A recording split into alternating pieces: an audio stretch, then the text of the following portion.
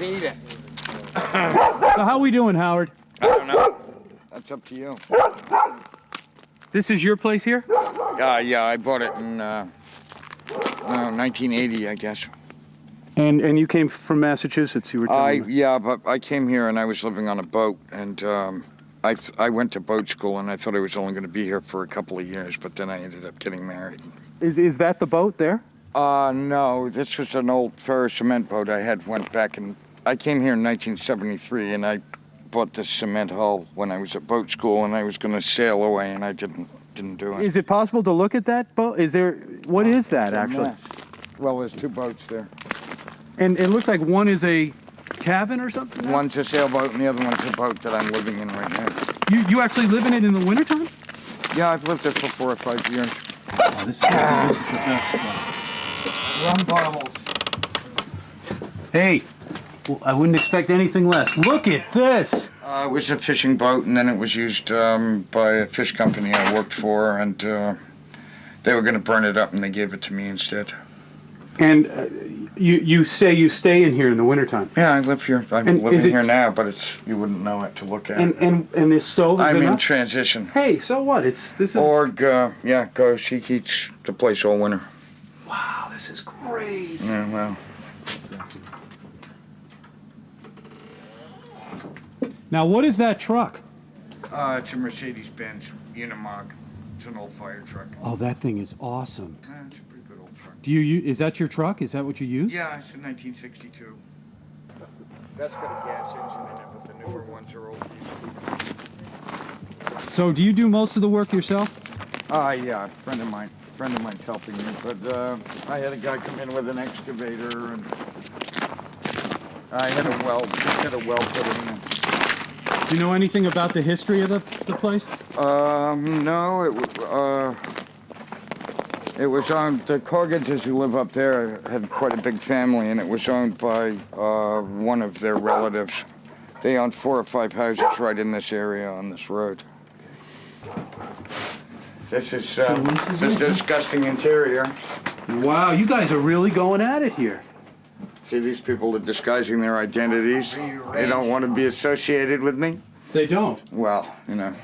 They're taking. We also have look. I know the human being and the fish can coexist peacefully. Is that all he says? We love George Bush. Rarely is the question asked, is our children learning? So you're a big fan? Oh yes, we love him. How are you guys doing? Good. All right, I won't put you on. We'll just keep you the way it is. That's cool. Staying around the stove, staying warm. Difference to me. Yep. That makes no difference to you. What's your name? Brian Savage.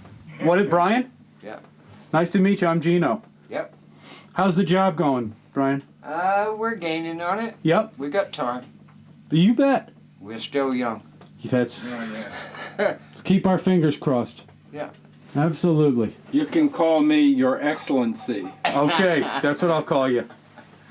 Hey. It's all old post and beam, and it's a big house. We found pieces of paper on the walls that date back to 1780 or something. 1870. But the house is a lot older than that. Yeah, the house is a lot older than that. When do you think you'll be finished with her? Never. We've been doing this for 7 years now. No, Richard, shut up. Jesus Christ. Hi, Your Excellency. No, Oh, yes. Your No, it's not Excellency. Richard. That's It's right. been about a year we've been working on it. Okay, about a year. Yeah. Yeah. And we've got mostly new cells under it, and a lot of you see the 6x6s and stuff. Just got the slab poured out in the backyard for the addition, and Oh, really? well. Whenever you get to that. The day, well, it's done, but yeah, well, we should be getting some wood here in a week or so. Yeah, the lumber should be here. Hopefully. So I bet back when you first got here in the 80s, there was more happening around Lubeck. Is that right? There was a lot more. The factories were going, and there was quite a lot of stuff going on then. Yeah. Where was the school that you were going to go to? Was it in Eastport? No, the school that's in Eastport now was in Lubeck, and then they moved it over to Eastport. And I started there in 1973.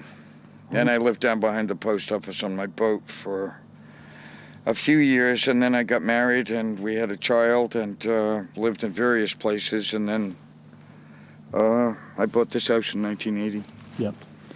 in the winter. So what do you think of Lubeck these days? Lubeck used to be great, and it's pretty depressing what's happening to it, but what are we going to do? Yeah. It's called progress. Yeah, people are moving in slowly, but They're moving in quickly, and they're quickly now. Yeah. I don't think anyone from this town could afford to buy any land around here anymore. You know, They got to buy in the woods. history. Yeah. Yeah. And that's all going too. It's only a matter of time. Yeah, I know. Now, are you a sculptor too? No.